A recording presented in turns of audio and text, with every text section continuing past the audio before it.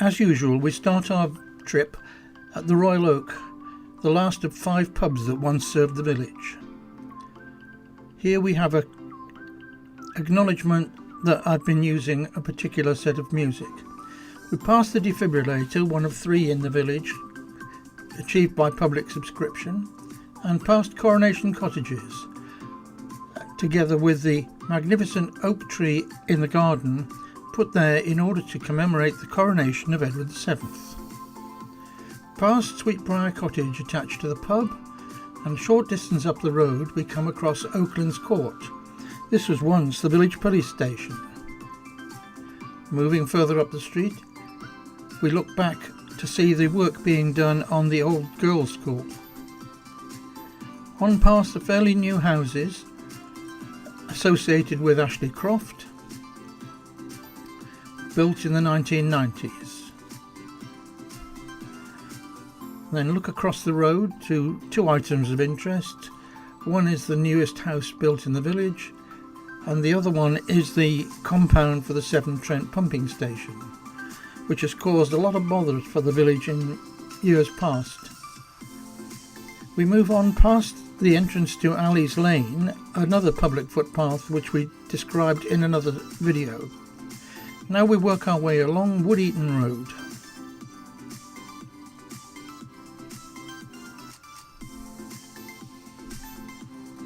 Pausing to glance across the field alongside, where there is evidence of a moat which may have been the original Church Eaton manor.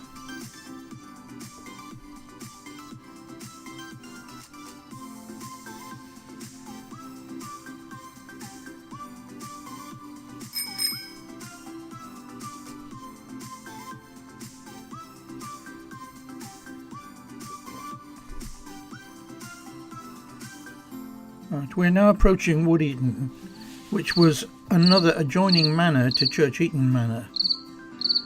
The difference is that we know where Wood Eaton Manor was. Unfortunately, that was burnt down in the 19th century. Now we bear left to go on to the public footpath, leaving Wood Eaton behind us. And it's worth reading the sign on the gate where the farmer has explained what the crops are and what his philosophy is. Follow the public footpath sign on up this track.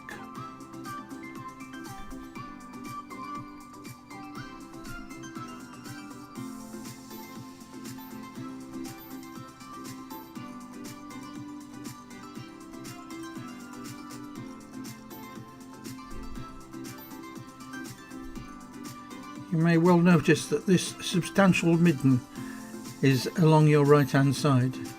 If you don't see it, you can smell it.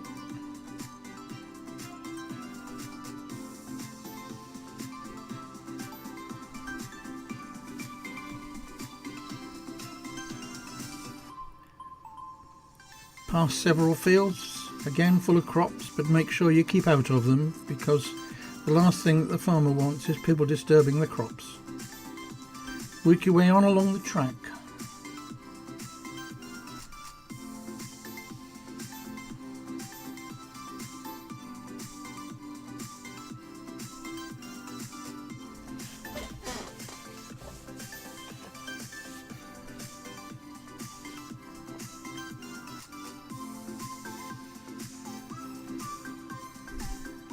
Now shortly the actual track carries right on up to the canal path. But unfortunately it's not a public right of way.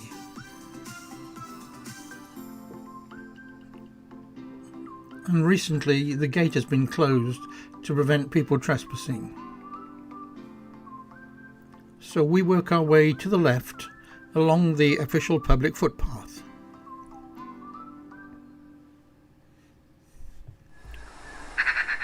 This area can get a little bit overgrown, and in damp weather can be quite muddy. Nevertheless, it's very pleasant to look at the wildflowers and listen to the birds.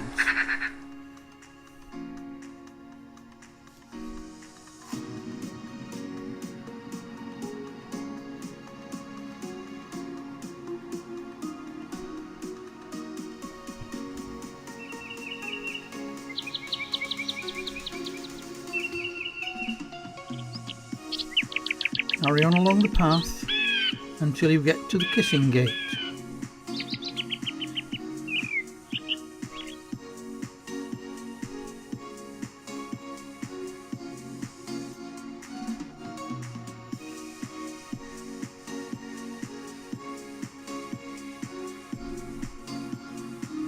Go through the kissing gate into the area where the pools are.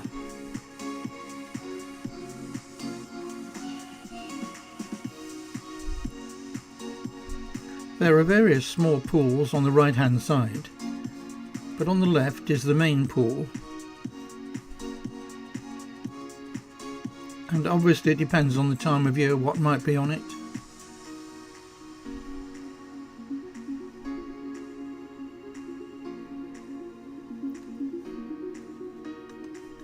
There are usually coots and moorhens visible, but occasionally there have been tufted ducks and even shovelers seen on this particular pool.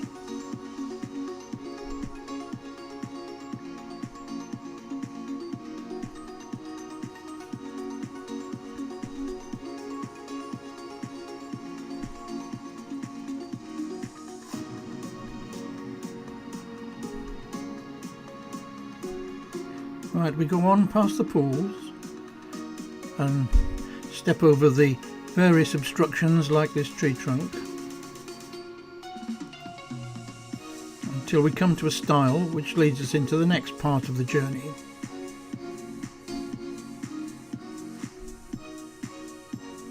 This next bit of stile, which is not particularly difficult, a bit narrow and has barbed wire on one side and prickles on the other, so take care.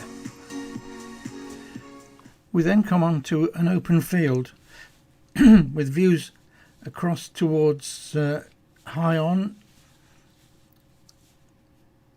and back onto the road from into Church Eaton. Keep to the side of the field because that's where the public footpath goes.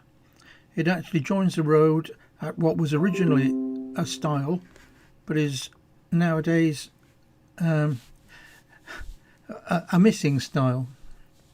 Now we turn right for a short while to go up the road to one of the landmarks of Church Eaton. It's not very obvious, but this triangle is known as Joan Eaton Cross, and there's a lot of stories about a witch that was around probably in the 14th century who caused havoc in the village. Some stories say she was burnt at the stake at this point, but we really don't know the full story.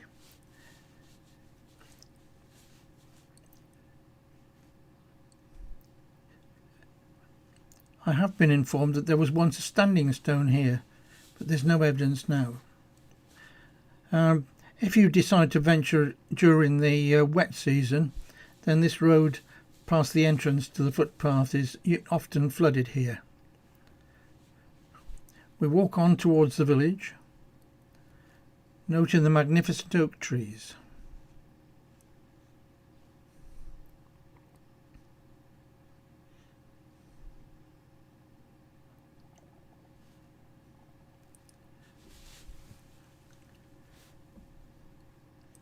Some of these trees will be probably older than the ones in the village, which are definitely much more than 100 years. Don't forget to look either side through the hedges because again there are some very nice views.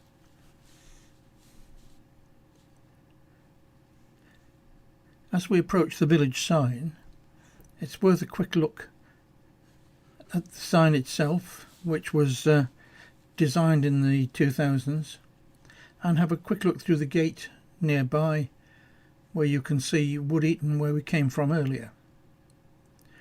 The sign for the village playground is fairly obvious. Sadly, at the time of recording this, it was shut due to the coronavirus, but the playground itself has both equipment for children and for adults. The exercise equipment was opened in some years ago by 2 Olympic athletes, and they wondered whether people would continue to use it. So we have a mixture of adult gym equipment and things suitable for toddlers, and an area at the back which was designed for teenagers.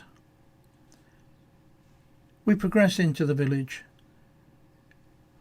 taking a quick look at the Oaklands, which was originally council houses but are now mostly privately owned, and we approach the junction with the Little On Road. At this junction, the building on the right, which is now Malt Shovel Farm, was originally the Malt Shovel Pub. Keeper's Cottage just opposite has been much extended recently. And as we approach the slightly newer houses in the village, we have a quick look at this tree which was planted in memory of Wayne Talbot, a cheeky young lad who was quite popular in the village but was sadly killed at the age of 12. That's near Parker's Close, and Parker's Close was named after Mr. Parker, who owned the Parker's Croft where these houses were built originally. We are virtually back to our starting point at the Royal Oak, where we'll just quickly pause to look at the village seat, which was presented as a result of money raised during a festival, and the village map, which itself is a very useful feature and is consulted virtually every day. Finishing in Oak Close, one of the other houses built in the 1960s.